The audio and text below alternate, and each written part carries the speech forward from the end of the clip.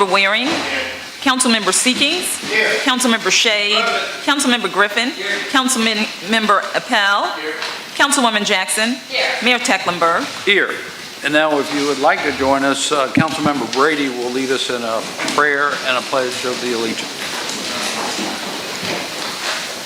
I'm a Eagle Scout and had the privilege of going to Philmont in New Mexico twice. The Philmont prayer always stuck with me, so if you bow your heads, I'd be happy to do that. For food, for raiment, for opportunity, for friendship and fellowship, we thank thee, O Lord. Amen. Amen.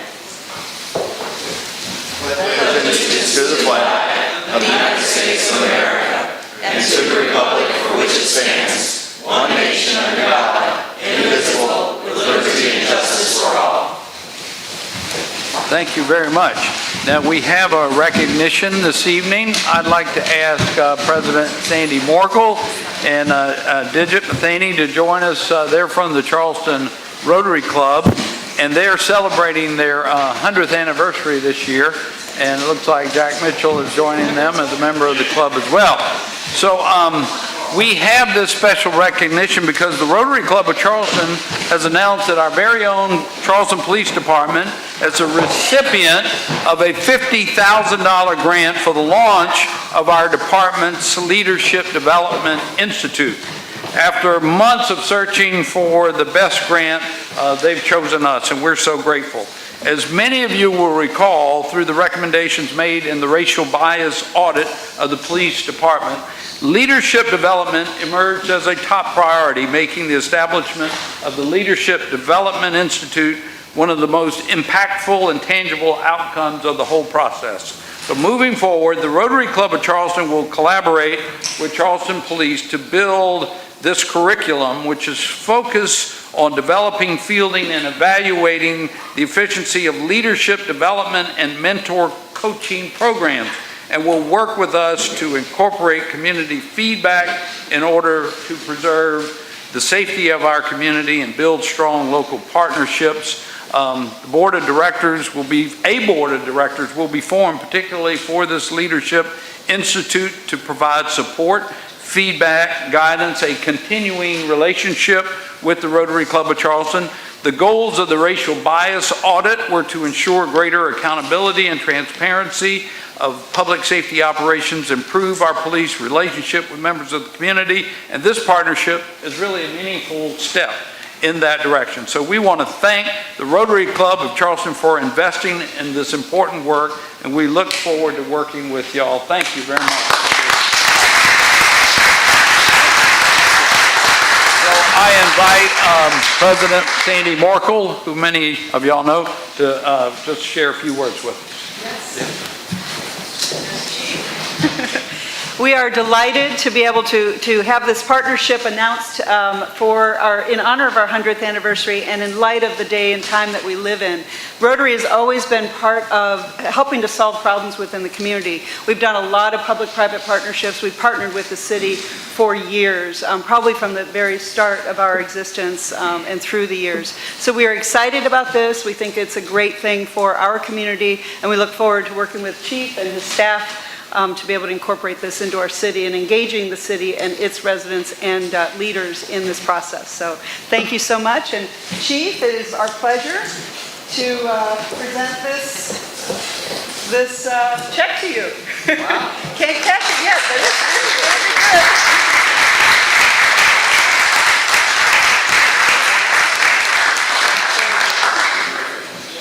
We can't thank you enough. Thanks.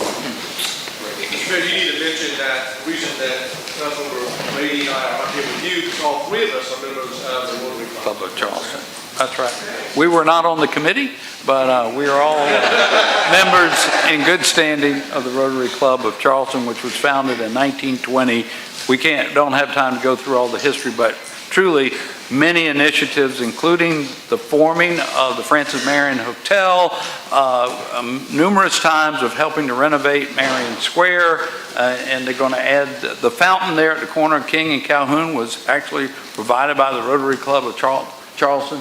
So there's been a long-standing partnership between this civic organization and our city. So thank you very much for keeping it going for another 100 years. Exactly. Yeah.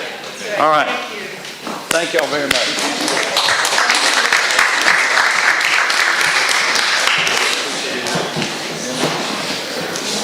So next, we're going to have some public hearings. Mr. Morgan will be announcing those. I would ask that folks, when y'all come forward, please state your name and address if you want to address the council regarding any of these matters. I ask you to please keep your remarks relevant to the issue that's being presented, and I'm going to ask for a limitation of 1 minute per response or per comments, if I may. We're keeping our schedule a little tight tonight so we can get out for some other engagements this evening. Mr. Morgan. Thank you, Mr. Mayor, members of council. The first item on your list is E1. This one was deferred by the applicant. It's 276 Cumming Street. So I'm not going to go into further detail on this since it was deferred by the applicant. It was deferred by the applicant, but it has been advertised as a public hearing, so if anyone would like to be heard on the matter of 276 Cumming Street, please come forward. Seeing none, we'll go to the next one. Okay. And this one is, there is a recent change on this one. As of a few minutes ago, it was actually withdrawn by the applicant. This is 23 Felix Street, and it has been withdrawn by the applicant, so it's no longer a valid application. Okay.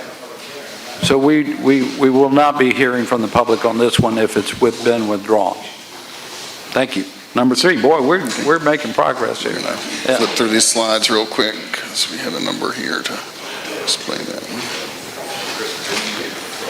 one. Number 3. Let's take number 3 and 4 together, since they both relate to 1320 King Street Extension. Okay, and these are only separated because of the way the height districts are handled versus the zoning districts are handled. So this relates to the old property that was the Norfolk Southern rail line that was acquired for the Low Line project that has since gone to the Berkeley, Charleston, Dorchester Council of Governments for the future transit hub for the Low Country Rapid Transit. And it was unzoned property, and it was also an area that was previously in the Old City Height District, the 8 and 2.5 story portion of the Old City Height District. And with these changes, we would bring it into the 412 Old City Height District. And as the next item shows, it would also go into the Upper Peninsula zoning. This would keep it in line with the other properties on either side of the street from it. And I'll very quickly go through a few slides here to show that. Again, this is an area of the city. It's in the urban core designation. The star designates where the property is, so it's the most intense uses within the city. It's on the future Low Country Rapid Transit line. It has the 14-story Joseph Floyd Manor directly across the street from it. It has a future 8-story building where the Charleston Marine Services facility was across the street as well. So it's a very intense zone of future existing and future development.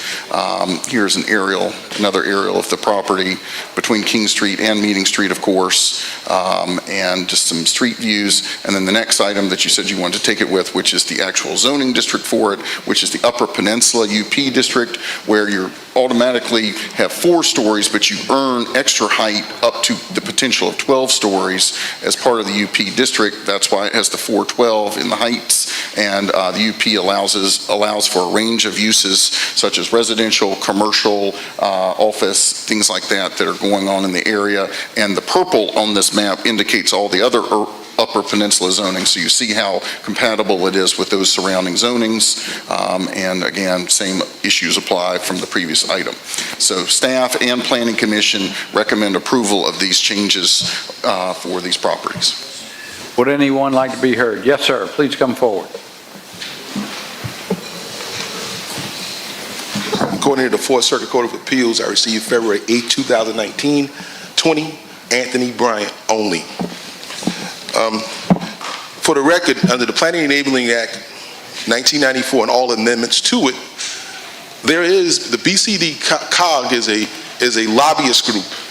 Okay, so at the end of the day, I want to know whether or not it's undue influence. The governor said in the State of the State address that there were city councils, county councils, and school districts they may need to be looked into regarding influences on their body governments. So the question becomes, if anyone on this body government has any relationship with any such group or any organization, need to put on the record before the third reading their relationships. We need to get this done immediately. This is in my area where I grew up in. Nothing's happened in that area in almost 40 years until now. Okay, and also in planning, there's no financial hardship for that area. So therefore, the banks and all the institutions that have denied and redlined that area for close to 50 years now is dumping money into that community. Is it 3 and 4? Is it 3? Is it 2? Is 2 items? This evening. Is it two items? You combine the items together. There are 2 items together. What's the additional minute? Sir, Where's the additional minute? Please wrap up if you will. Where's the additional minute? Please wrap up if you will. I'm asking a question on the rules from the chairman. Where's the additional I'm minute? asking for 1 minute comment per. Where's my time? Where's my time at? You're out of time, so if you How about the time on the first one or the second? What am I out of time on? take another minute, please. That's what I'm asking under the 1 more rules. minute. Yes, You're the sir. chairman, aren't you? Yes, sir. What's the I'm rules? ruling. You can have 1 more minute, please. That's right. I'm starting now. Yeah. Okay. Starting now. Yeah. Okay, now this is now a FOIA request under public safety to you. On the public safety meeting, September the 28th, it's a FOIA request to you. This is a FOIA request to the chairman on the CALEA from the Secret Service on that address, right there. And then also in this area, this is also a editorial to Post and Courier regarding public safety on the record. Thank you, sir. Would anyone else like to be heard on this matter? Hearing none, it comes to council. Yes, sir. Councilmember Seekings. I'll let Councilmember Mitchell speak first. Councilmember Mitchell. Because the only thing I want to say that when this came up before, I was asking that they make sure that they go into that community. It's a community, an old community that's right on the opposite side of that, to make sure that the people there understood what's going to be happening there prior to us going through this. So I'm still waiting to see if they have done that or if they have met with the neighborhood, so the neighborhood there, which is on Cortland Avenue, Munford Street, in that particular area. And that's what I was asking before. And I'm still asking for that now, that they get and let them know what's happening or what will be happening in that area, close proximity to that old neighborhood. There's an old neighborhood there. Sir. That's the thing that I was asking for, and I still want that to happen. So they'll know exactly what's going on in the area, so they can be informed of what's going to be coming up soon in that particular area, because they were there and it's secluded a little bit in that particular area, but it's an old community. So I still would like to see that happen. All right. Councilmember So thank you, Seekings. Mr. Mayor. I think I might be able to answer some of that if you don't mind, Councilmember Mitchell. This is a piece of property that is, was the northern end of the low line that was then sold off by the city back to the Council of Governments. This is in the short term, what's going to happen here is it's going to be the northern spot for the hop lot, and it has some environmental issues. What's going to come to the community is this property will actually be part of the routing of the Low Country Rapid Transit, which phase 2 of which is starting this week, and there will be a number of community meetings and engagements, but there will be nothing vertical put on this site, I think it's safe to say, for at least another 6 or 7 years, if by then. So in the interim, it's going to be remediated, and there will be parking, and we will certainly make sure the community knows what's going on. And in conjunction with Low Country Rapid Transit, when the routing is decided, it's going to affect that community and be part of that community. So they will be a big part of the planning for that. So we will make sure that they are very much involved in that. Councilmember Shealy. Thank you, Mr. Mayor. Just to be clear, there was a notice put out that there would be a public hearing on this, though. Was there or was there not? Yes. Okay. Yes, sir. Okay. It was Well, I heard advertised in there the was- okay. paper. It was on all the published agendas. It was also posted. The property was posted, which each street front gets a posting sign as well. Okay, thank you. Councilmember Shade. Just to clarify, and I kind of figured what Councilmember Seekings just told us was what we're using this property for, going to be used for.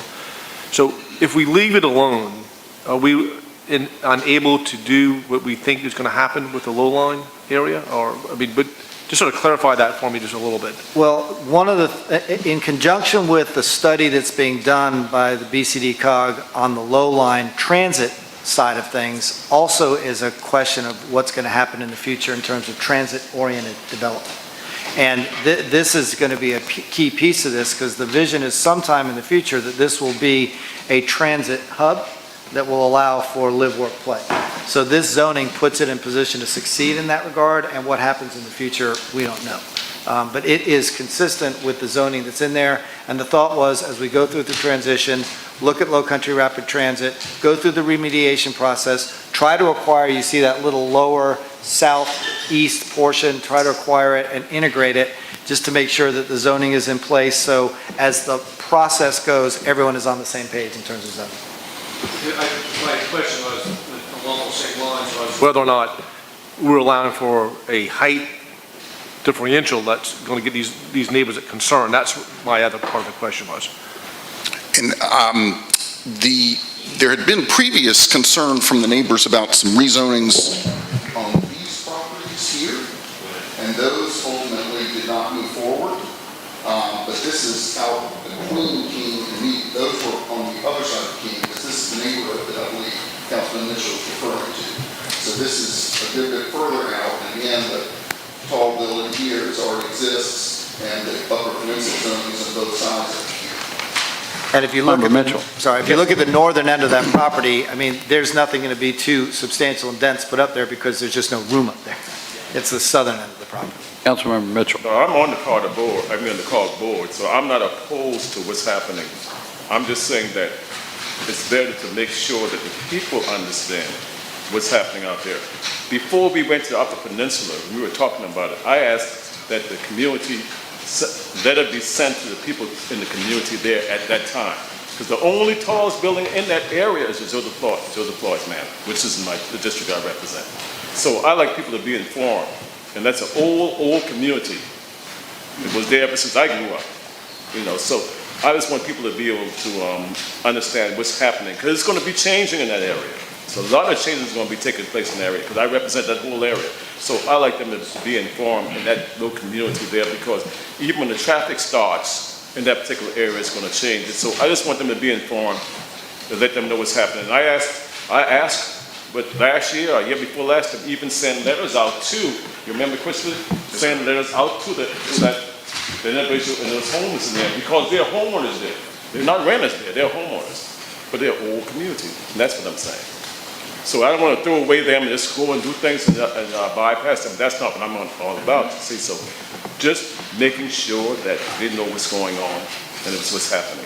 Because they're not coming, sometimes they're not coming down here to City Hall, but just making sure. Because you're going in that area, we are changing. We went to the Upper Peninsula zoning. Any other comments or questions? Just for the record, I plan to recuse myself, no personal interest, but I do serve on the BCD COG board. All right. All in favor, please say aye. Aye. Any opposed? The ayes have it. And now for third reading and ratification, we have a motion and a second. All in favor, please say aye. Aye. Any opposed? The ayes have it. Number 5. Okay. This is a fairly simple amendment to the Folly Road overlay, which runs across James Island, of course. This had been before you all after coming from Planning Commission a few months ago. At the time it went to Planning Commission, there was some discussion from Planning Commission about the potential of reduction of one of the sides, the widths on one of the sides, but it was deferred from council action, and it went to the Rethink Folly group, the Rethink Folly Steering Committee, which is made up of all the jurisdictions that govern the lands along Folly Road, as well as entities that have an interest in Folly Road, such as Charleston Moves and Low Country Local First, and the consensus of that committee was that the 12-foot path on both sides of Folly Road made sense and should move forward, and all the jurisdictions in that area would work to adopt a similar standard. The one difference with what the city code would have is that because we have a design review board, if there needed to be variations from that 12-foot path and variations to the buffer in the area, that the design review board could handle those variations because they review new developments in that area, and it would be more of a one-stop shop than also having to go to the BZA. Other jurisdictions would still have to go to their BZA. So we think it makes it easier to have this legislated and implemented on a daily basis, and support this as moving forward, and it comes to you now for your approval. I think we've had first reading on it already. Would anyone like to be heard on this matter? Yes, sir.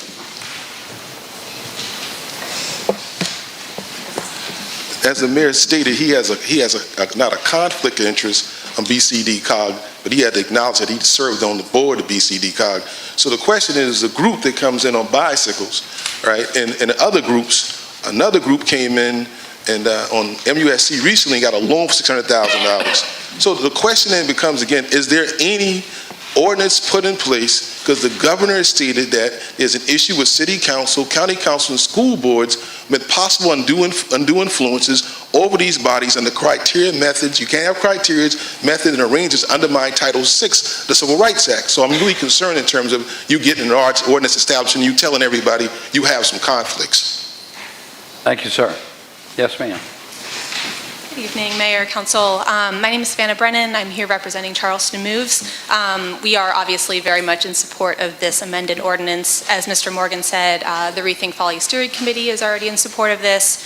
We feel like this would be a really great complement to the town's existing multi-use path requirement, as well as the bike parking ordinance that went through their first reading last week and was approved unanimously. So we feel this is a really great first step in continue to make this corridor a more safe and equitable place for everybody to travel, and we appreciate your time and consideration. Thank you. Great. Thank you very much. Yes, sir. Thank you, Mr. Mayor, members of council. My name is Jason Crowley, Director of Communities and Transportation. I don't want to belabor the issue, but do want to offer our support. We sit on the Rethink Folly Road Committee and also are in favor of this for all the reasons that Ms. Brennan just stated. Thank you very much. Anyone else? Yes, sir. Muhammad Idris. You know, we are people and we are known as person. When you have an authority like the mayor and you sit on a board, you are influencing the society because people look at you as the power, and it is personal whether you know it or not. Thank you. Thank you very much. Anyone else? All right, we have a motion to approve and a second. Any discussion? Councilmember Griffin. Morgan, when did this come to the Planning Commission? I believe it was October or November. Okay, so it's Yes, been a sir. while ago. Yes, sir. Okay, thank you. Any other comments, discussion? All in favor, please say aye. Aye. Any opposed now for third reading and ratification? All in favor, please say aye. Aye. Any opposed? The ayes have it.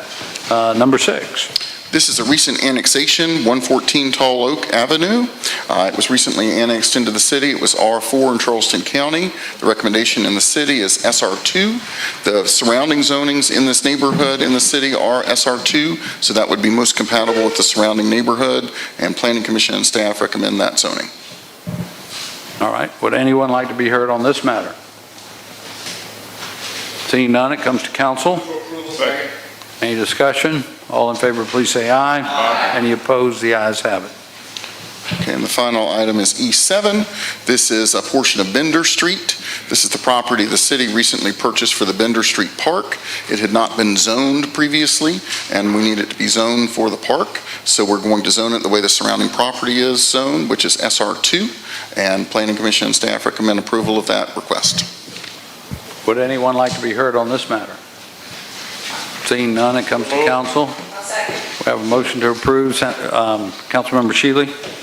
Yeah, okay, so Bender Street Park's also zoned the same exact way, is that? Yes, sir. Correct. Yes, sir. Okay, so Just it the could be same a as the part of that or used for parking or That's anything correct. like that? Yes, Okay, sir. great, thank you. Anyone else? All in favor, please say aye. Aye. Any opposed now for third reading and ratification? We have a motion. All in favor, please say aye. Aye. Any opposed? The ayes have it. Thank you very much. So next is approval of our city council minutes. We have any additions, deletions, improvements? All in favor, please say aye. Aye. Any opposed? The ayes have it. Next is our citizens participation period. We have a number of folks who have signed up. I ask you to please come forward, state your name and address, and ask you to limit your remarks, if you don't mind, this evening to 1 minute. We'll start with Anthony Bryant, Bob Milani, and Chris Patton, and Karen Beard. If y'all would kind of queue up, that'd be great. I saw the minutes from the last meeting was not on the record. That's why I'm here tonight. understand clearly, the Attorney General of South Carolina, U.S. Attorney of South Carolina, and you basically have defined me under Rule 64 of the federal court a certain way. 40 million people in this country cannot even plead poverty in America. I did this as an example for 40 million people in this country who can't even plead in federal or state court at all. That's why I did this, not for the money, not for the notoriety, but for the people. Thank you, sir. You, It was Bob Maloney. Chris Patton. You left too? Karen Beard. Will Green. Karen Beard. Okay. Karen Beard, 537 Whitechapel Circle. I'm the 5G lady, and you've heard from me several times, but usually it's via email. And I'm coming tonight to speak for the 5G Awareness Group publicly and say thank you for hearing our concerns and thank you for acting on those. With the two resolutions that you're considering tonight, and I won't read those because of my time, but I'll just say with those two resolutions, you're saying to the residents of Charleston that you hear our voices and that you hear our concerns. You're taking our voices to the state and federal elected officials, as it should be. It's imperative that residents have a voice in decisions that involve their health and their security and their children and their property. And so we just want to say to you, thank you. We see the stand you're taking. We appreciate it and we support it. And city councils all across the nation are doing things similar to what you're doing. And we're not alone in opposing the state and the federal government on this. And thank you so much. thank you, ma'am. Yes, sir. My name is Will Green. I live at 3 Percy Street. I'm here to discuss a matter that was withdrawn. It'll be the second item on 23, upzoning on 23 Felix Street. I want to, for the record, to state that we believe, I live in a similar situation. I think the zoning laws, how this house is zoned, does not need to be upzoned because we're in a similar situation on Percy Street where I'm right next to it. I think the lines need to be drawn firm when it comes to zoning. If it's approved, then every house in my street will become an STR essentially, and we want to avoid that. And that's my view on that. Thank you. Yes, sir. Thank you very much. Okay. Luke Daniels, Joe, followed by Joe Cannon, and then Hamlin something. Okay. Good afternoon. Luke Daniels, former president of Halston Place, current president of Halston Village, talking about the Noise Ordinance. And as it's currently written, I would want to express that it's supposed to be effective in 3 months. Can we make it now, please? A number of us have lost too much sleep. Also, the exemption for concrete pouring, that as well. That wakes us up at 3 a.m. Thank you for your consideration. Thank you, sir. Joe Cannon. Okay, he's gone. Rachel Hyde and Jason Coy.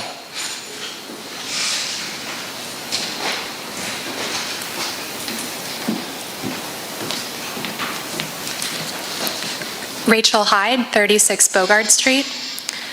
Good afternoon, Mr. Mayor and members of the City Council. Thank you for the opportunity to speak.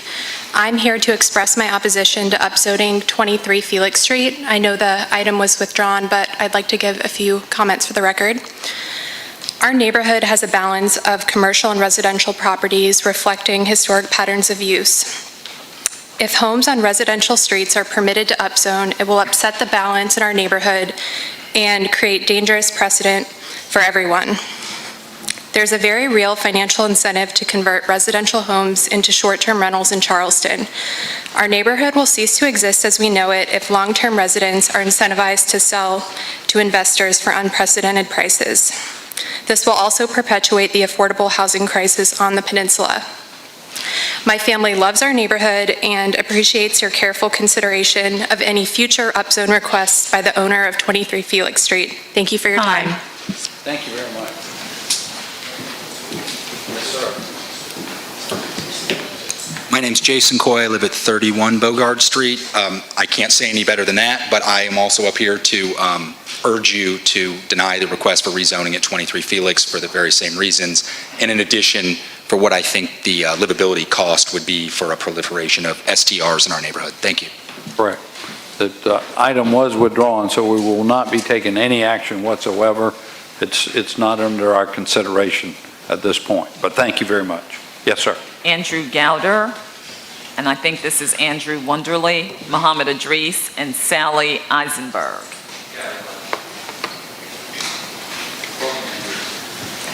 Mr. Mayor, members of council, my name is Andrew Wonderly. I'm your Charleston waterkeeper. I'm here tonight to say thank you to Councilwoman Jackson, Councilman Ross Appel, and Councilman Gregory, and Mr. Mayor. Thank you for your support on the James Island Creek issue. We've been sampling now 7 years. Our data shows that the creek is not safe for recreational use. And in those 7 years, I finally feel like we're at a point now with the James Island Creek Task Force where we have the momentum, we have the framework, and we have the ability to move forward to really make sure that this creek is safe for recreational use, it's safe for fishing, for paddling, and we can really come together as a community, take responsibility for it, take ownership, and ensure that it's clean for future generations. So thank you for your leadership. Sir.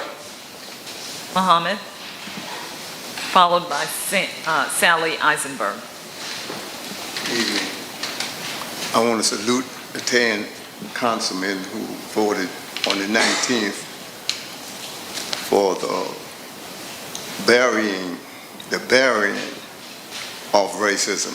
When they took that vote, that 10, y'all should be highly recommended. You should get the Nobel Peace Prize if they have one for the 10 city councilmen. Racism is dead, and it was buried on the 19th. We're talking about zoning. Now the power is back in the hand of the people. We do not suffer from racism. They keep the black and white thing going so the crooks can get the money.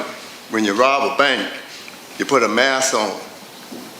And when they get in trouble, they bring the black and white issue.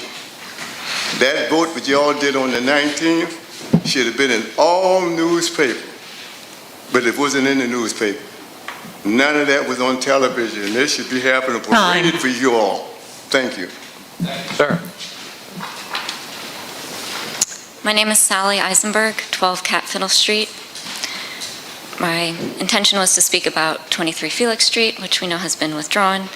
And I was going to say that my issue was that the applicant had bypassed our neighborhood association in that application, and I thought that that was problematic because that was against the normal protocol and procedures. And I thought it was kind of a waste of the valuable time here at City Council. So that's all. Thank you. Jay Hicks, Phil Dustin, Marion Hawkins, and Jason Crowley. Jason spoke one time, so, okay. Okay, thanks. Jay Hicks, all right, Dustin, Phil Dustin. Hi, Phil Dustin, Bergen Creek Road, Johns Island. Mr. Mayor, congratulations on using the Dutch Dialogues as a photo op for your reelection. Worked out very well. I think it's sort of political genius. Charleston's now back to usual, though. The destruction continues. Fill and build is continuing, just rolling right through Johns Island and James Island. And tonight, City Council will get 2 more opportunities to bring us closer to destroying the lives of more residents and the housing market in Charleston. Adding a foot to base flood elevation will have serious consequences for current homeowners that are unfortunate enough to get flooded out in the future. And adoption of the new Stormwater Manual will continue to allow the wrong kind of development in the wrong places, which will continue to flood out neighboring longtime residents, as well as decrease Charleston's resilience to the vicious weather of global climate change. Charleston needs to stop sloppy building in the floodplain. David Wagner, whom I think you all heard of the Dutch Dialogue, said the best way to solve a problem is not to create it in the first place. And I sincerely wish that City Council and the Mayor will take David's advice to heart. Thank you. Thank you, sir. Mayor Tecklenburg, members of council. My name is Marion Hawkins. I am president of Kenneboro-Ellioboro neighborhood. Even though the item at 23 Felix Street was withdrawn, I just want to convey our concern to council on we are seeing a series of requests for upzones of residential properties. Contrary to proper belief, most of Kenneboro-Ellioboro is residential, with the exception of the commercial corridors of Spring Cannon and parts of St. Phillips. So we've been vigorous and consistent about opposing upzones at BZA, at Planning Commission, and we just ask for your help in helping us preserve the unique balance we have in our neighborhood. You've heard from many of our residents, and we thank you for your consideration. Thank you very much. So, yes, sir. Thank you, Mr. Mayor. Members of council, again, Jason Crowley, Conservation League. I wanted to speak about the Stormwater Manual that you'll be considering for third reading tonight. We're very pleased with the effort that staff has been doing to get the information out into the community. Both members of the committee have been taking it upon themselves to meet with folks as well as your staff, and we hope that you continue to do that after you pass third reading tonight to continue to educate the public about what will be coming into effect in July.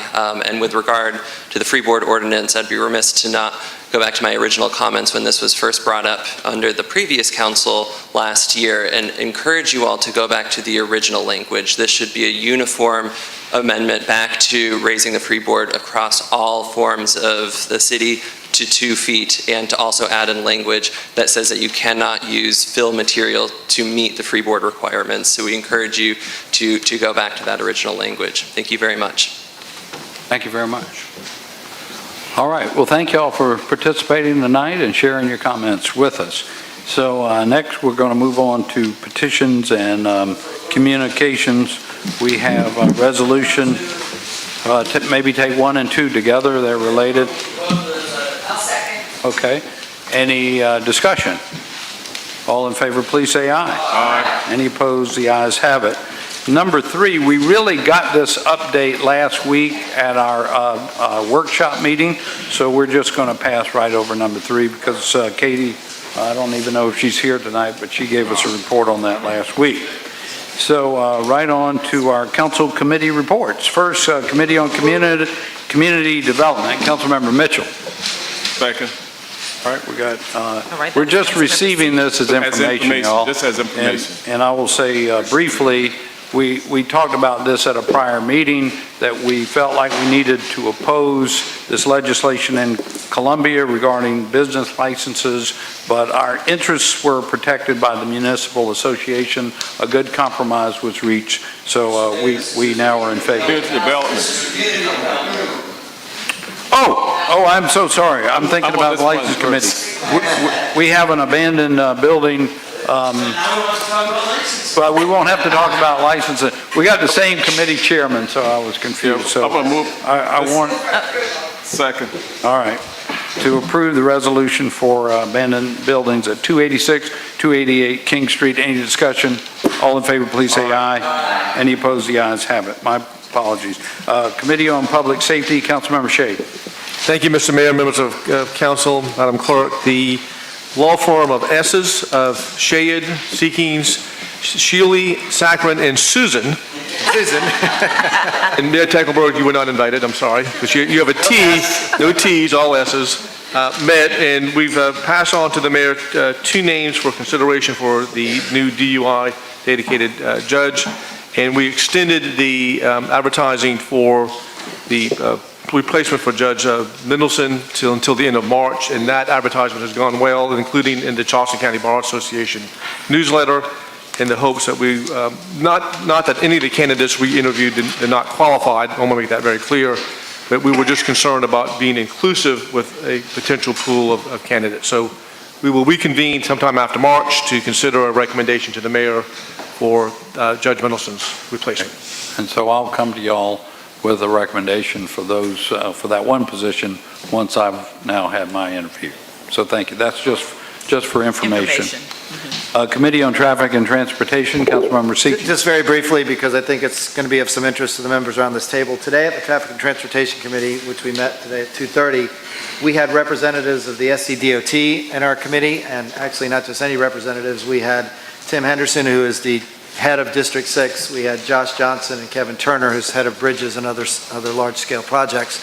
And it was an opportunity for us as a committee to take a look and across the table at members of the DOT and tell them about some of our concerns about things that need to be done here. And we also learned some things. So District 6, which is where we sit in the middle of District 6, which Mr. Henderson runs, encompasses 6 counties.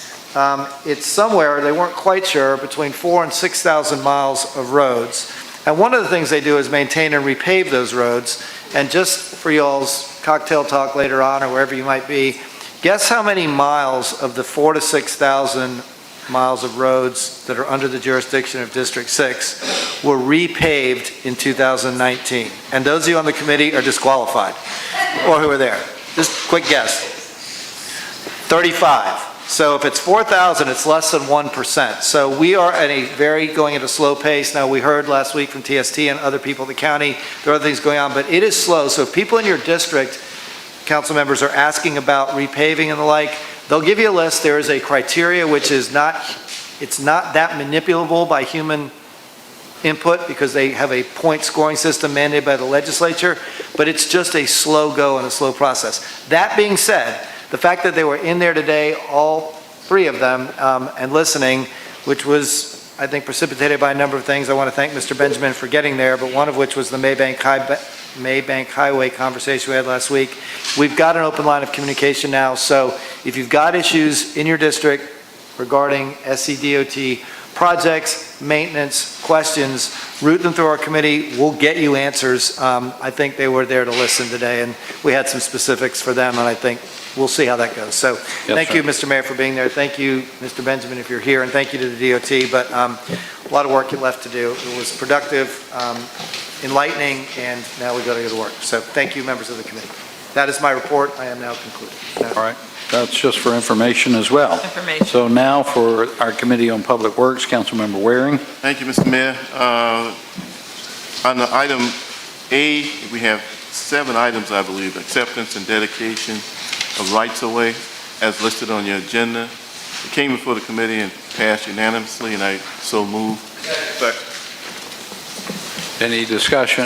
All in favor, please say aye. Aye. Any opposed? The ayes have it. Under item B, Stormwater Management Update, which came before Ways and Means BI or B1, Stormwater Plan Services, not to exceed $125,000. That passed Ways and Means. I move for its approval. We take action on that as well. All in favor, please say aye. Aye. Any opposed? The ayes have it. And B2, Stormwater Manual, we had good discussion, actually pretty civilized discussion in Public Works meeting. It passed unanimously, and I also move for its approval. Second. Now, we will be taking this up for consideration under bills for second reading. Fine. Second. But it did get the recommendation of the committee. It did. Well, Just for information? We were in agreement. Let's put it like okay, council member. Corporation Council said on the first part of the report on item number 7, dedication and acceptance of a portion of Henry Tecklenburg Drive, that needs to be approved. We deferred that.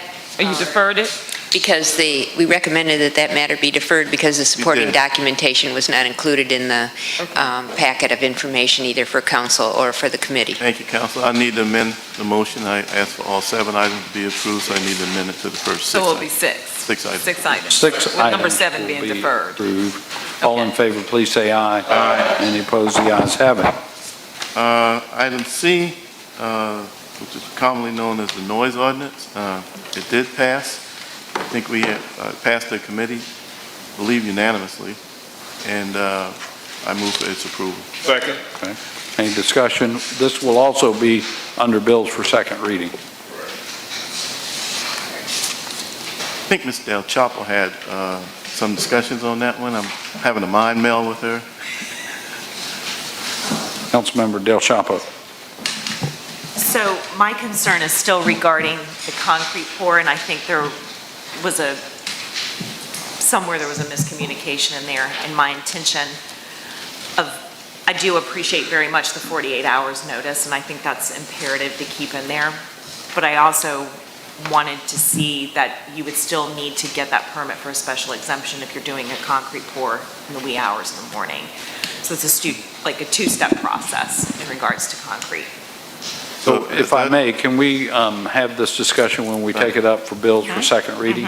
We'll come right back to that. Yep. Okay.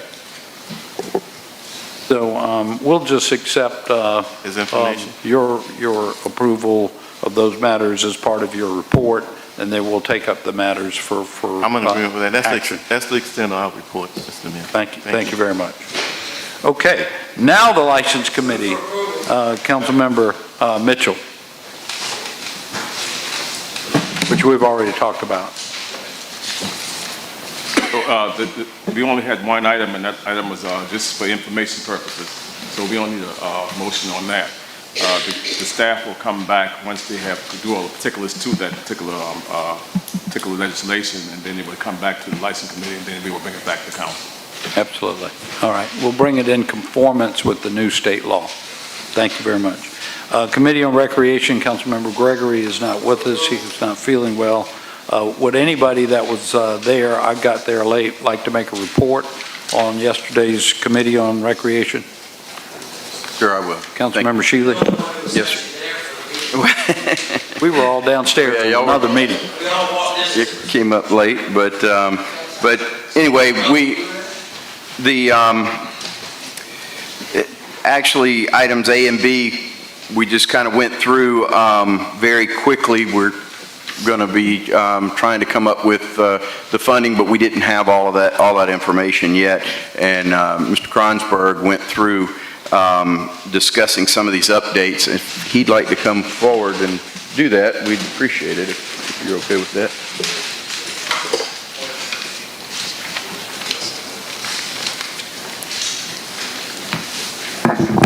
Good evening, everybody. I'll try to kind of keep this brief. There's a number of items on here. We'll be working on striking some of those old items off of that agenda for the next meeting. That's coming off. So Councilmember Gregory asked me to give an update on some of the projects recreation related. So I'm just going to go through these quickly. 1099 King Street. That project is underway as far as it's in the BAR review. So once we get BAR review back, we anticipate in April, we go to CDs and permitting, that would be construction documents. We then jump right into bidding and construction in September. So all of those contracts will come to City Council before we get to that point. Community dock at Longborough, we are communicating with the Neighborhood Association. We have reached out to them on February 3rd, waiting to hear back from them with some guidance on some of the requirements that OCRM has given us to make the private-public dock a possibility. If any of you have been to Daniel Island, the Daniel Island Rec Center is moving right along. It's on schedule. Framing and slab work continues. Vertical steel is going in, so that project continues and is on track for substantial completion in October. We're looking at sometime in January opening. St. Julian Divine Community Center, the building interior and exterior renovation work is about 50% complete, and that contract date is in late June for completion. The site work and playground renovations is currently out to bid, so we hope to get good bids back and then a 70-day construction period, which will complete that project, and it'll be a well-deserved upgrade to that facility. Carr Richardson Park, formerly known as Bender Street, is in TRC for permitting, so we anticipate that project will go out to bid in April. WPAL, the former WPAL radio site, we are in contract negotiations with the design team. As soon as we get that contract ironed out, it'll come to you for approval, and we anticipate a 10 to 12 month design process. MLK pool cover. The project is, if you haven't ridden by, please do. It's moving right along. The east side structure is complete, and we look for a May opening date on that project. It's pretty exciting. We have the Moultrie Playground renovation, moving right along, working with the Charleston Parks Conservancy. We're looking at a May 7th ribbon cutting. We're working on schedules for that. Muni Golf Course is moving along quite nicely as well. The entire back nine has been torn up, and the shapers are out there shaping greens, and everything is moving along nicely. Lots of earthwork going on. Stony Field improvements, as a lot of you have seen, the project is moving along nicely as well. Lighting should be completed by the end of this week or next. All of the stands have been resurfaced and recoated. You approved a contract tonight for all the new seating and fencing and gates going in and out of the concourse areas. Working with the school district on the field component and the track component, looking for them to get that project underway in the coming months after the surcharge is complete. Getting there. Bikeway resurfacing, weather permitting, that current project should be completed in about 2 weeks. The Greenway improvements, that project is now complete and will come off the list, and many, many more, but those are all the recreation-related projects. Thank you. Any questions for Mr. Kronsberg? Great progress, thank you. And that's all we had for recreation. That's terrific. All right, and again, that was all for information only. Committee on Ways and Means, Councilmember Seekings, a motion for approval, any discussion? All in favor, please say aye. Aye. Any opposed? The ayes have it.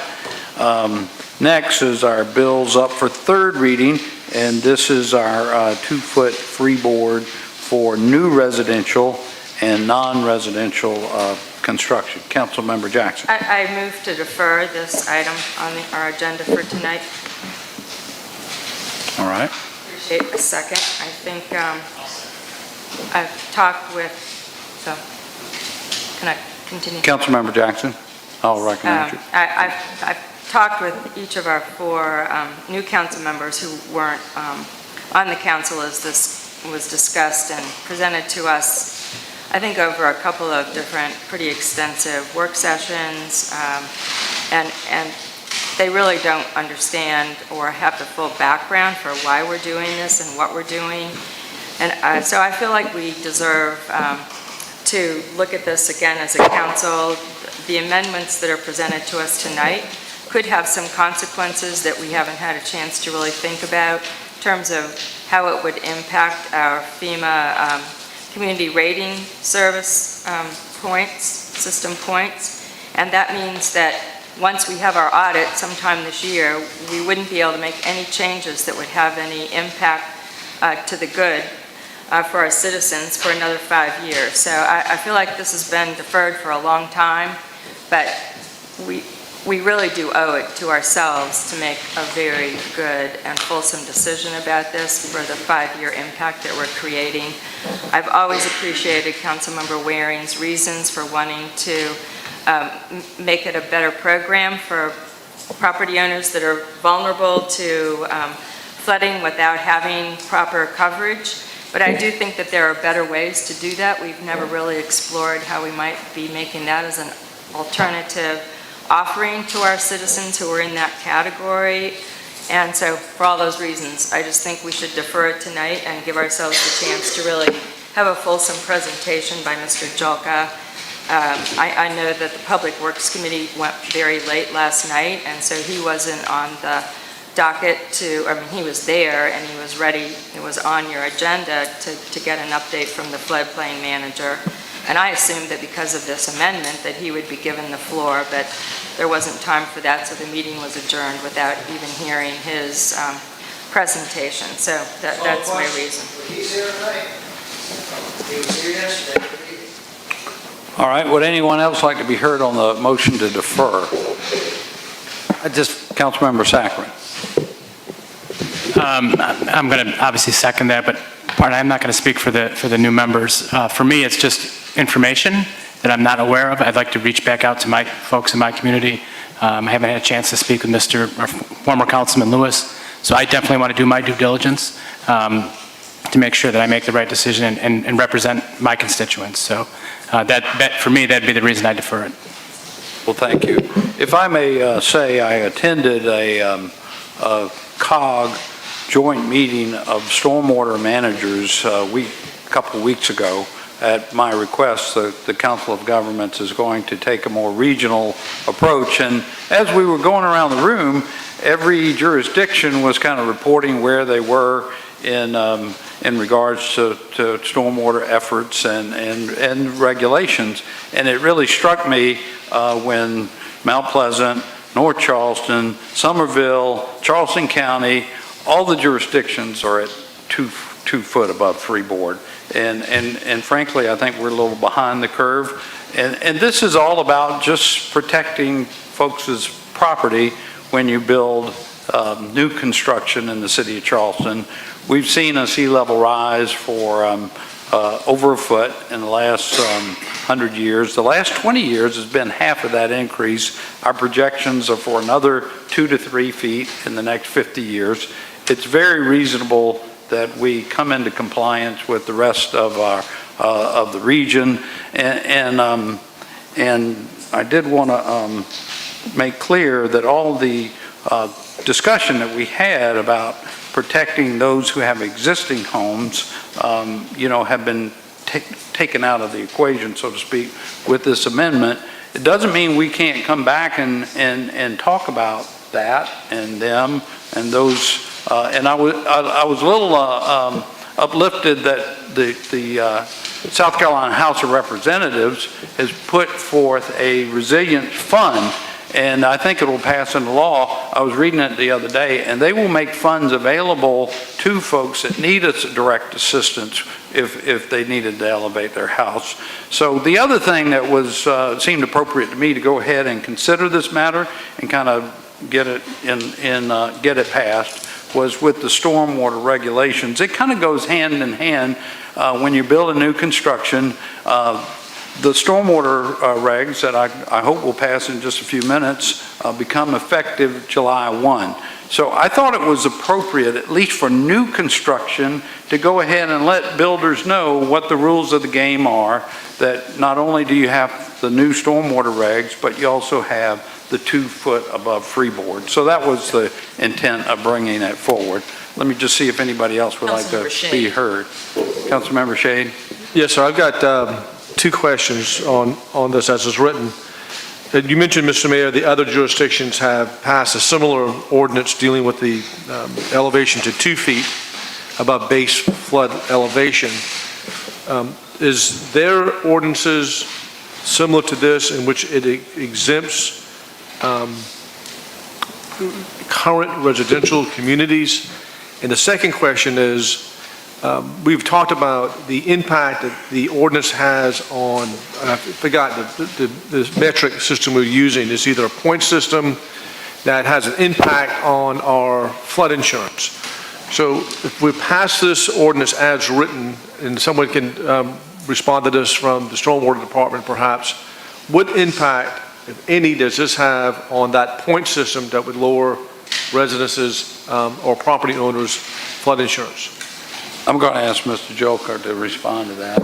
My impression is that this doesn't hurt us. It puts us in a better position, but we may not get any points for it. But please share what you know. Sure. Good evening, everybody. So the way that the majority of the different elements in the community rating system are organized are in kind of an all or nothing type format. And there are certain levels within some of the elements that you can kind of progressively get more points the more that you regulate. Freeboard is one of those. So there's kind of a certain points threshold if you do a freeboard of 1 foot, and then there are additional points if you do a 2 foot freeboard, and there are additional points if you do a 3 foot freeboard. By having a 2 foot freeboard for well, let me back up to answer your first question. None of the other jurisdictions that neighbor us that have a freeboard of either 1 or 2 feet, none of them have exemptions to that. It is an across-the-board requirement, and that is the way that the CRS is structured on freeboard, is that that the requirement is intended to be for all new construction and substantial improvement, and that is how the points are allocated. So in this case, the way that the ordinance is currently written, there would be no guaranteed CRS points for moving any of these different development categories to 2 feet, because we're not doing it for everything. So when we have our visit with the folks with CRS, we will have the opportunity to explain all of the different efforts that we've made since our last visit. And so that's an opportunity for us to ask if there would be partial points available for doing a 2-foot freeboard for some, but not all types of development. There are opportunities for partial points in some of the CRS elements, so we could make a case for partial points in this case. So we'll see how that goes at that visit, but the way that's written right now, we would not be guaranteed any additional points from what we're currently getting. Follow up from Councilmember Shade. Thank you, Mr. Mayor. As a follow-up, if we pass this ordinance as proposed right now, and we're uncertain about what benefit we may receive, will it have a negative impact on reducing points if we do it in this partial session? Okay. No. Councilmember Griffin?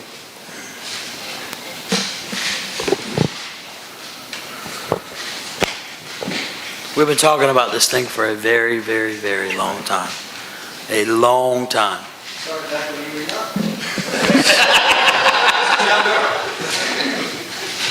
I think that, I've said this before, I'm going to say it one last time. I'm not worried about the points, because a 5% increase on getting a break on your flood insurance is minimal compared to the adverse effects. I read the Post and Courier today, and they talked about this in there.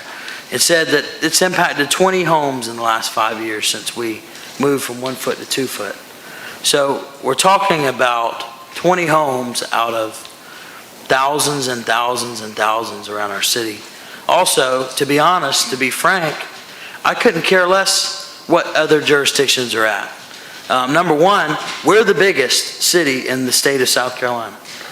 We are the biggest municipality. We're much larger than Charleston County. They have very few homes compared to what we have. I get it, North Charleston and Mount Pleasant are similar, but I'm not going to be beholden to what other people are doing. I think we have to set the example of what we're trying to do here. And it's counterproductive to say that we're going to be tough on things like fill and build, and then raise the freeboard requirement and have nothing in here that says that you don't have to limit the amount of fill that you do to get to that point. That is being hypocritical, and that's what we're doing. And so I don't support it. I'll support a deferral because I think that our 4 council members deserve to have a little bit of time to get to know this thing. But this thing has evolved into it went from a snowball, and now it's this big avalanche. And it is so far from where we started, it just doesn't even make sense anymore to me. Thank you. Anyone else like to be heard before I go back to Councilmember Jackson? Councilmember Brady. I appreciate everything everyone said so far. And I agree with Councilmember Saccharin on the due diligence piece. But I think philosophically, one of the roles that we exercise as municipal government is trying to ensure that we do the most good for the largest amount of people, and ensuring that we can get the CRS points and help people get that reduction, I think, is incumbent on us. And I also share Councilmember Griffin's frustration on seeing a lack of not allowing fill to be used. It should not be. And so those are some of the things that I would like to see. I think it needs a little further study, especially since we're a month in with the new council, or 5 weeks or so. And so I would also support a deferral. Thank you. Anyone else? Councilmember Jackson. Councilmember Jackson.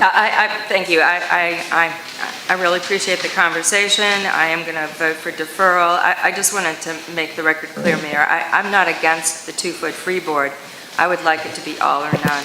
I think that we can help people that might be vulnerable to a substantial rehabilitation, needing to elevate their house in ways that would make sense for those individuals. But I don't think that we should change our responsibilities to be the stewards of safety, especially when we know, as much as we now know, about the flooding conditions that are going to continue to be here with us.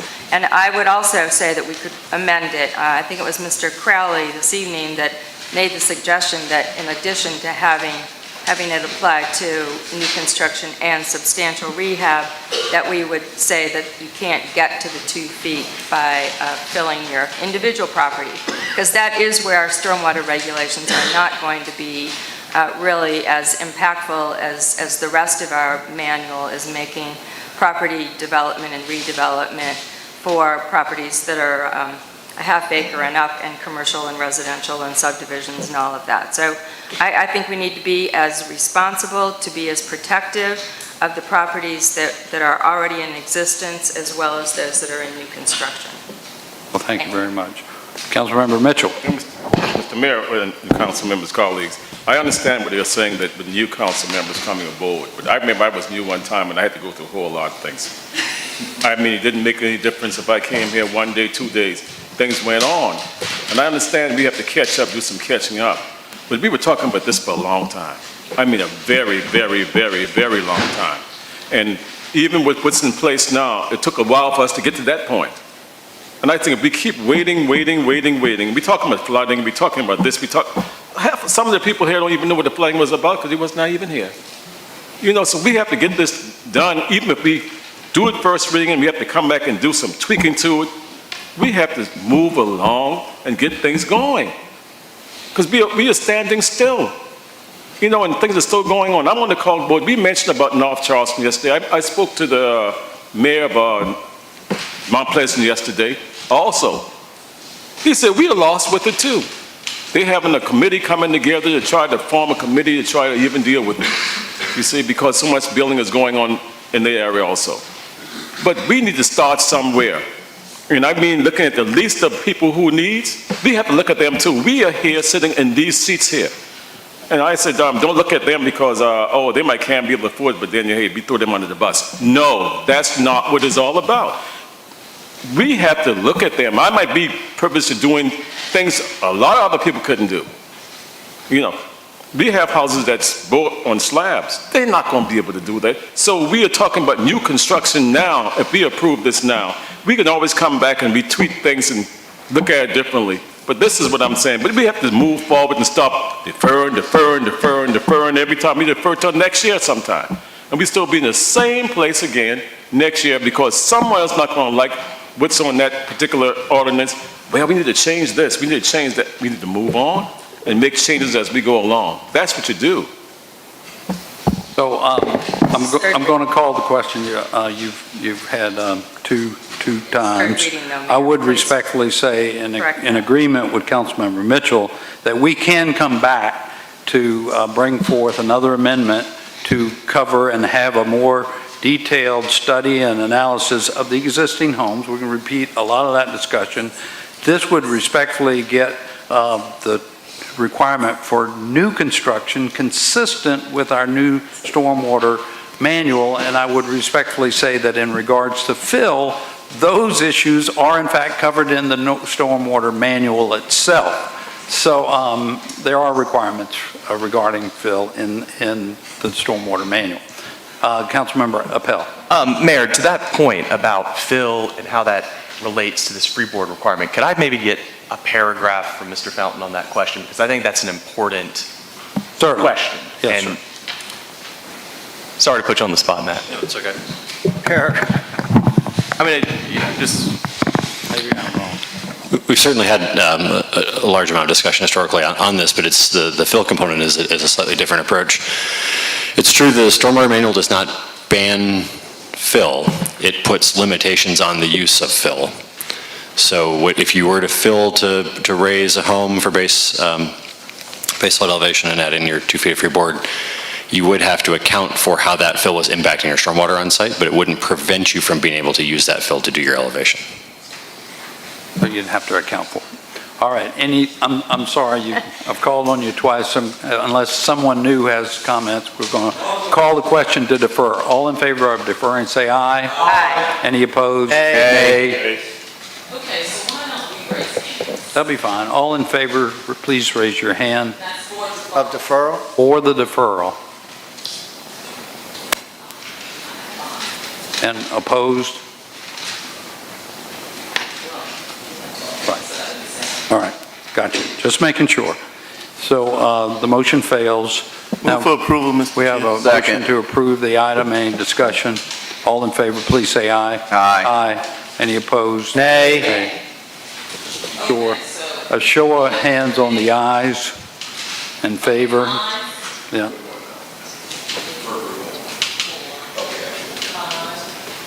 Is it 5? 6, Mr. Mayor? 6. Okay. Oh, hang on, we're not done yet. Yeah, that's right. That's right. I forgot the other one here. Okay, so the motion fails. All right. Don't defer it, and it doesn't move forward. Sir? And that was third reading. That was third reading. All right, bill's up for second reading. First, we got this bond issuance. Do I have a motion? Bill's up for second reading, we take, it's only 1 and 2? Number 3 is deferred. Oh, I'm on first reading.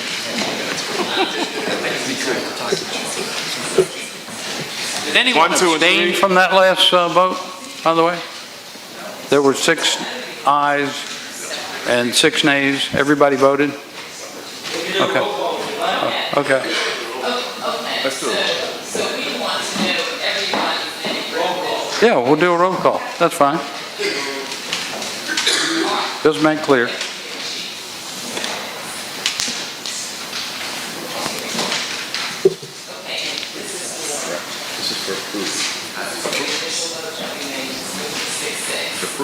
This is for approval of the item. L1.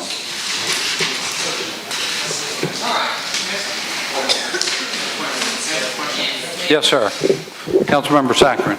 If we voted to approve the deferral, we can come back next council meeting after 2 weeks and have a discussion. I'm ready to move forward. If we vote now to approve and the deferral fails, and then the vote fails, what happens at that point? It starts over. Starts over. We'd have to come back to council with a new proposal for first reading. If you wanted to. I'm just going to go on record to say I am in favor of the ordinance as it's written, but I have other additional questions as a new member, and I have to do due diligence. It doesn't make sense to me to vote. So I'm in favor. I just need some time to think things through, and I've got questions. Right. Well, it only applies to new construction, but, okay.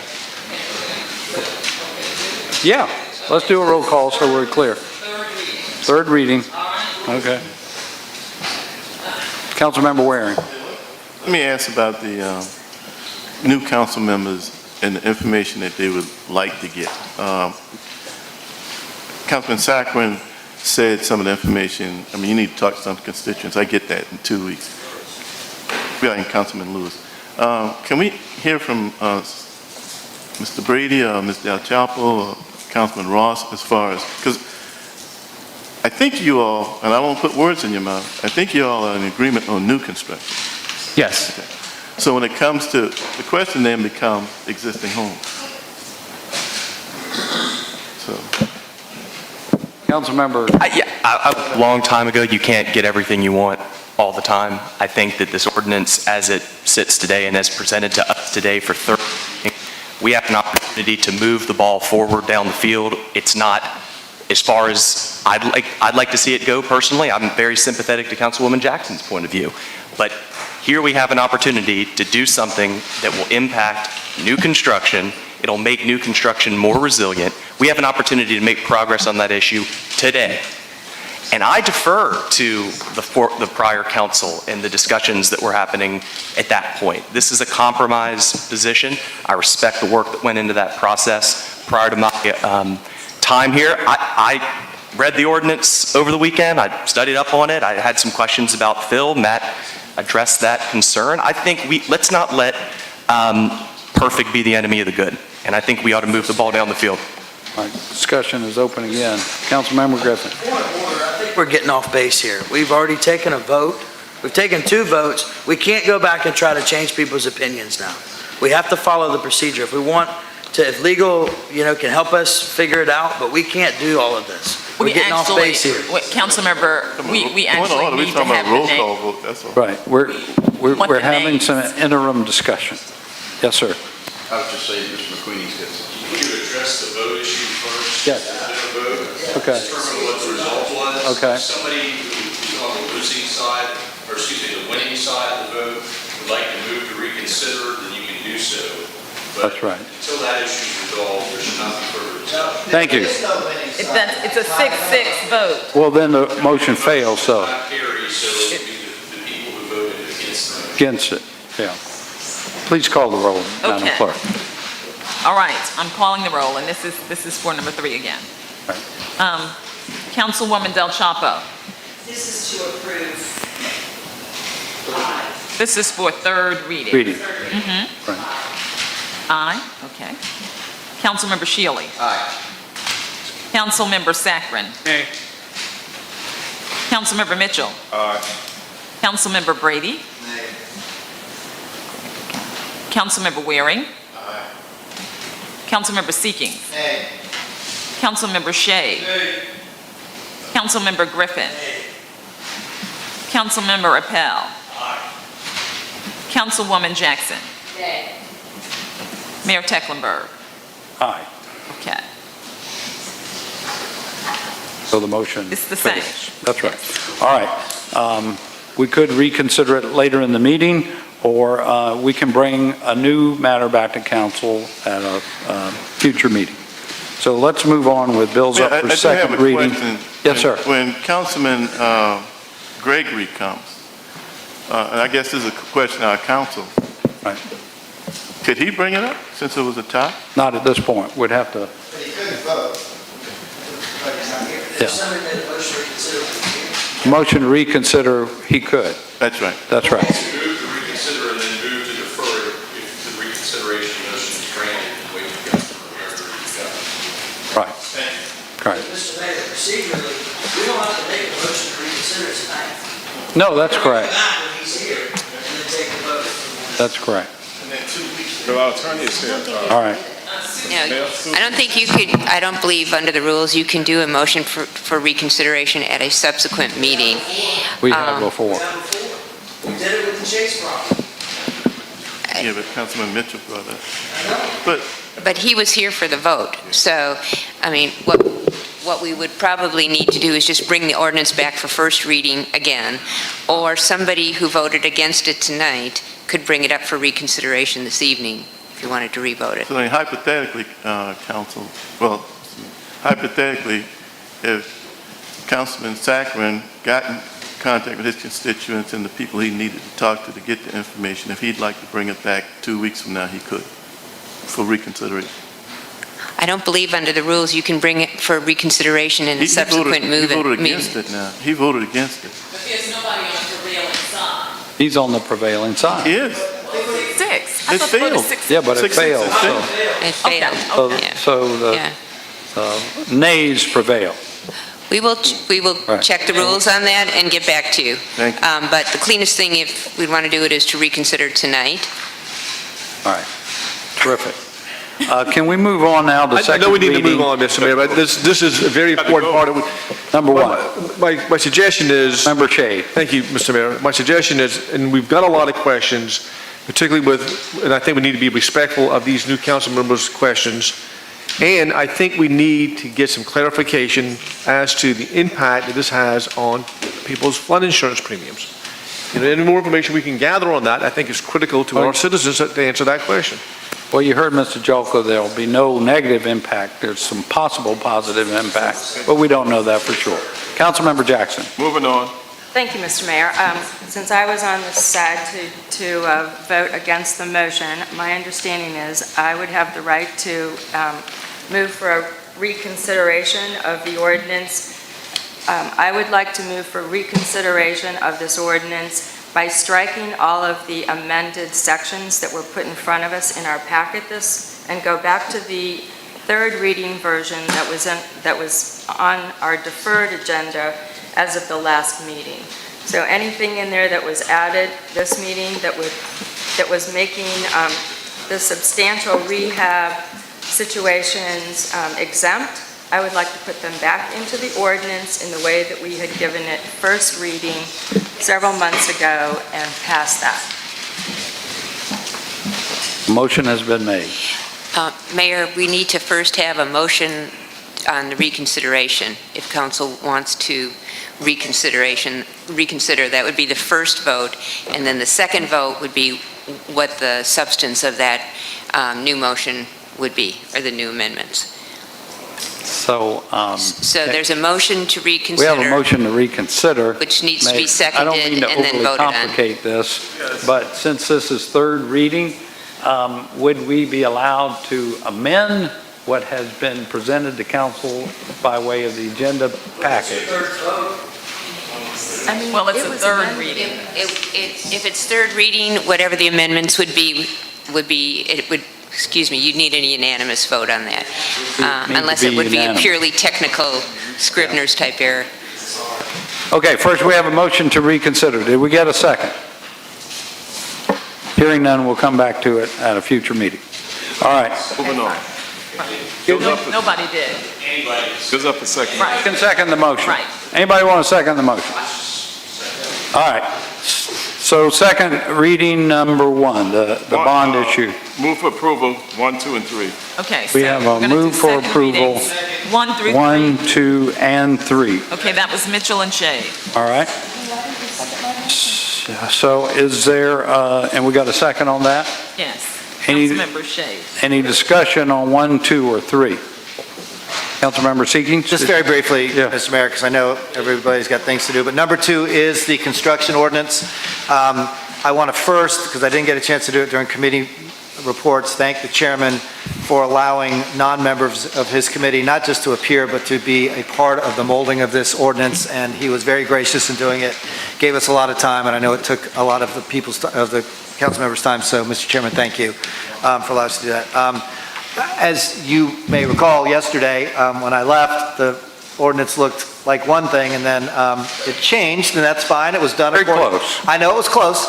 I just would like to, I know we're going to give this third reading after public hearing, and I want to explain my vote in advance. I'm going to vote in favor of this tonight, but I still think it was better before I left than after I left. And please just take those comments, because I do think by striking the language about the homeowner and putting the other limitations on it was better than the way we've done it, because now the way it reads is if a homeowner is substantially doing the work, they're not subject to this, it makes it literally, in my humble opinion, impossible to enforce. I mean, how do you walk in and go, okay, homeowner, are you doing substantially all this work?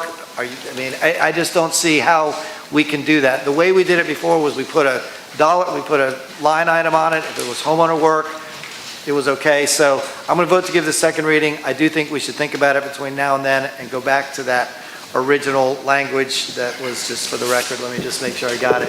D2 and 3, we struck D1, and I think that was probably better. But being good is better is a good enemy of good. And we'll vote for this tonight. We'll have public hearings on it, and we'll see how it goes. So thank you, Mr. Chairman, for letting us participate. Jackson, then Brady, then Del Thank you, Chapo. Mr. Mayor. I would agree with Councilmember Seekings. I stayed after you had to leave, Councilmember, and I do agree that your revision was more clear, more easily enforceable, and more to the liking of the intent of this ordinance. So I would support what you're suggesting at a third reading. All right, Councilmember Brady? I just wanted to publicly thank the Stormwater Department for coming out to Johns Island the other night, and despite some pushback from the public, handled it very professionally, and that's a kudos to you, Mr. Mayor, and the city's Stormwater Department. And kind of like we've been talking about, the Stormwater Manual may not solve everything that everybody wants it to, but we have to move the football as far as we can down the field. And I think it does a great job of doing that, so appreciate it. Great. Councilmember Del Chapo? I'll speak to the noise ordinance and to the stormwater manual. First to the noise ordinance. As I mentioned earlier, my intent when I made comments during the committee 2 weeks ago, however many weeks ago, was that if you were going to pour concrete in the wee hours, you needed to get that permit, plus you needed to provide notice to the affected residents. And this doesn't read that way, and maybe it's not intended to. I would like that to be considered.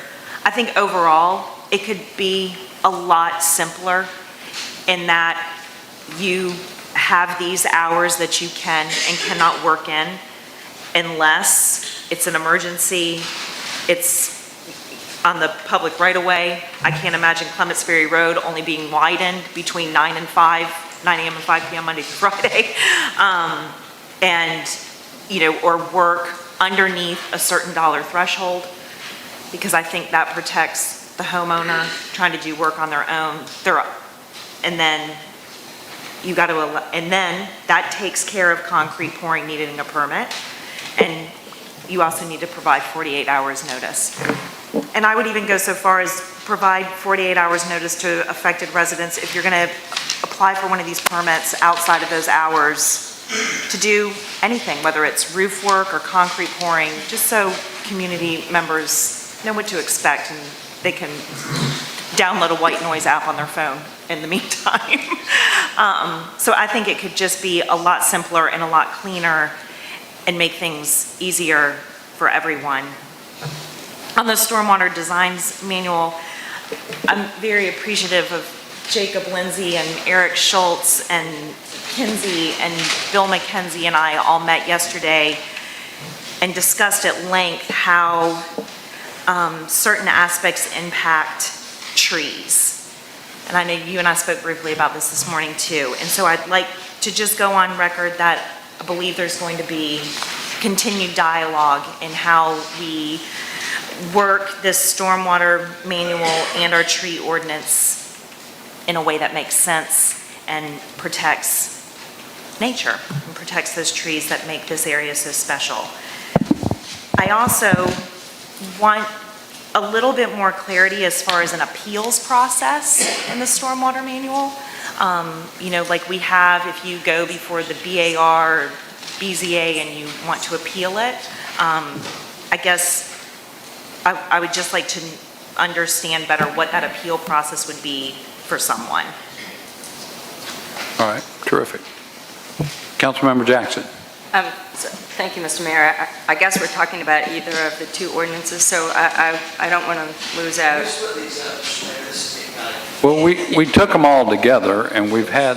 Well, Mayor, if I could say something. Yes, with 1 through please. 3, actually, we could do 1 and 3, because number 2 is only getting a second reading. The other 2 are going to be ratified, and that would make it a lot clearer. Okay. We've had somebody make an amendment to number 2. So we really ought to take that out. I'd make an amendment that said I'd like to find better, but we take it out of the public hearing. Right, that's right. We still have it's got to come back for a future meeting and a public hearing.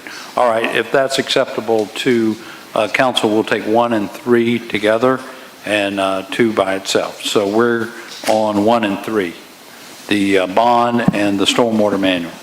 Councilmember Jackson. yeah, I don't want to miss out on an opportunity to speak to the manual and the amazing combination of methodical and creative work effort that it was, led by first Kinsey Holton and then Matt Fountain as he came into his new position as Stormwater Department Director.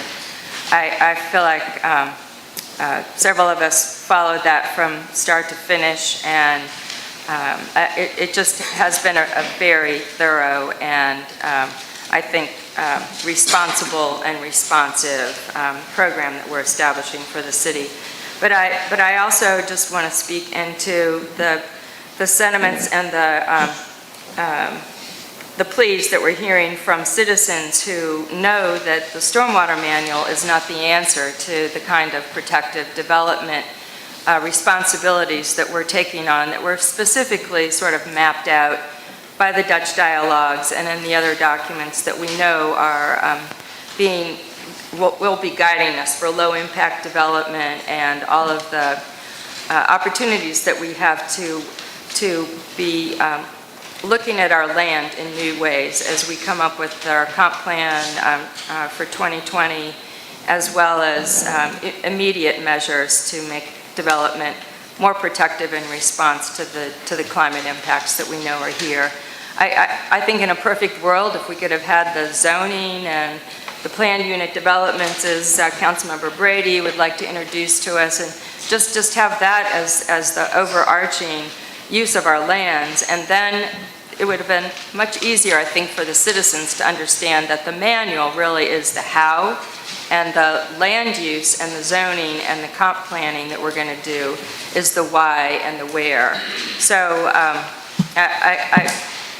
I think that Matt and his staff and the people who have gone out into the neighborhoods and the field to explain the manual and its efforts, have really sort of been on the point of the spear in taking topics from citizens that in a perfect world we would be taking on ourselves as the land use decision makers for the city. So I look forward to that next phase, and I do think that we'll bring it all together, but I'm totally ready to vote for this manual. Councilmember Griffin. Yes, sir. Thank you. I'm going to vote against number 3 tonight, the manual.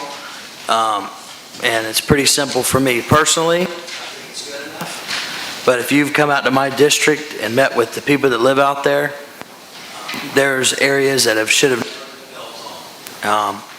And if you went out and polled my district and asked if they think one more house should ever be built in District 10, they'd tell you no. If you went out there and asked them if it's a good practice to be able to use the fill and build, they would say absolutely wrong. And I understand that we addressed this in a roundabout way, but we had a chance to attack it head on, we didn't do it. Maybe we'll have more opportunities to do it as this manual evolves more and we tie in our comprehensive plan. But unfortunately, I can't act on my own tonight. I've seen the faces of people who have put their entire life savings into their homes and had to pull out 2 and 3 mortgages on their properties. And I would be remiss if I didn't take the opportunity to say that this isn't strong enough for District 10. So that's why I'm voting against it. Thank you. Any other comments? Call for the question. All in favor, please say aye. Well, wait a minute, we're doing 1 and 3 here? 1 and 3. 1 and 3. Okay. All in favor, please say aye. Aye. Any opposed? Nay on number 3. Nay on number 3. All right, the ayes have it. Now for third reading and ratification, we have a motion and a second. All in favor, please say aye. Aye. Any opposed? Nay on number 3. The ayes have it. All right, next we go to Bill number Number 2. 1 under first Reading reading. number 2, we got to vote on number 2, Mr. Mayor. Second reading on 2. Oh, I'm sorry, you're right. Second reading for number 2 as amended. It will come back to this council for public hearing and further action. All in favor, please say aye. Aye. Any opposed? The Nay. ayes have it. We have one nay. And now bills up for first reading. Move for approval 1 and 2. Second. We got 1 and 2 taken together again. Any discussion on either one of those? Councilmember Jackson. Thank you, Mr. Mayor. I guess we're talking about both of them. I don't really see the connection, but I wrote a Y next to number 1. I would appreciate having some explanation of why we're needing to expand that commission. I'm not opposed to it, but it's an interesting. The reason why was because Councilmember Lewis, who had served on that commission for many years, expressed an interest to continue to serve, and all the slots were full, so we're adding another membership so he can continue to serve. Okay, thank you. And it puts an odd number on there, which... And puts an odd number, so there won't be a tie vote. Yes, ma'am.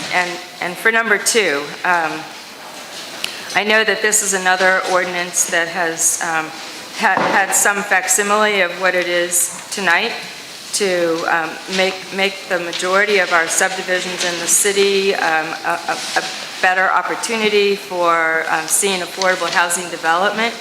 And with my background and my interest in the city as a volunteer, I'm obviously in favor of that as a goal for the city. I do think that we need to be responsive as a council, even though this is a brand-new bill for first reading.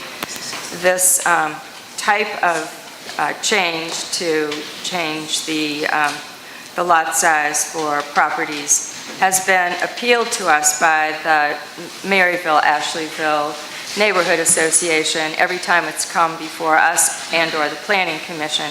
We have a very thorough and eloquent letter from Ms. Diane Hamilton, who's the president of that neighborhood association tonight. I think, without Ms. Hamilton here to answer, but it's my recollection, having gone to the Planning Commission when this was brought up and heard she and her neighbors come to the council, and our response to the last time it was on our agenda in a different format, that we said we would work hard with every intent to how we might be able to exempt Maryville-Ashleyville from this ordinance as an historic neighborhood in our city, on its way to having a national historic designation. So I personally feel responsible to continue to honor that pledge. I don't know how to do that legally. I guess I would be asking for a deferral would be the easiest way, so we could come back with some language that could be legally identified and hold up. But I do feel like we need to be responsive to what we have told that neighborhood in months past. Is that a motion? I guess if that's the best way, I'll move to defer. Is there a second? All right, then we'll call the question. Any discussion on the question for number 1? All in favor, please say aye. Aye. Any opposed? The ayes have it. This is just first reading, so That was number 1, right? that was number 1. Okay. Yeah. Oh, for James Lewis. I thought we were taking them both together. We have a motion to approve number 2. Second. Any discussion? All in favor say, Councilmember Saccharin? I will vote to, this is first reading, so I'm going to vote to approve that first reading, but I do have concerns, given the Ashleyville, Maryville, and Diane Hamilton not being here. Hopefully we'll have time to massage this and hear from them. Right. But I will vote to approve that first reading. Right. All right. All in favor, please say aye. Aye. Any opposed? The ayes have it. It will come back to us. Our next regular meeting will be Tuesday, March the 10th. Councilmember Griffin. Mayor, can I clarify a procedural point? Earlier, we were talking about the motion to reconsider, and somebody brought up what we had done in the Chase property matter. So in that case, and may sound like a distinction without a difference, but there is something called a motion to renew, which can be brought up at the next session. So if a council member who voted on the prevailing side, which would be against the ordinance passing, wants to put it back on the agenda next time, it can be done with a motion to renew that's approved by the majority. So if that is what some council member wants to do, I think you need to notify the clerk's office, and that would be how it was listed on the agenda. This is why we love you. Oh, you just cost us. However, the simpler thing would probably be to start all over. Because if it comes back in a motion to renew, and you can't make changes because you're back at third reading again, unless you have an unanimous approval of a change. Gotcha. So, Mr. Mayor, we had one item of new business that wasn't on the bottom of the agenda, but it's Councilmember Del Chapo's birthday. I think we need to sing to her. All right. 1, 2, 3. Happy birthday to you. Happy birthday to you.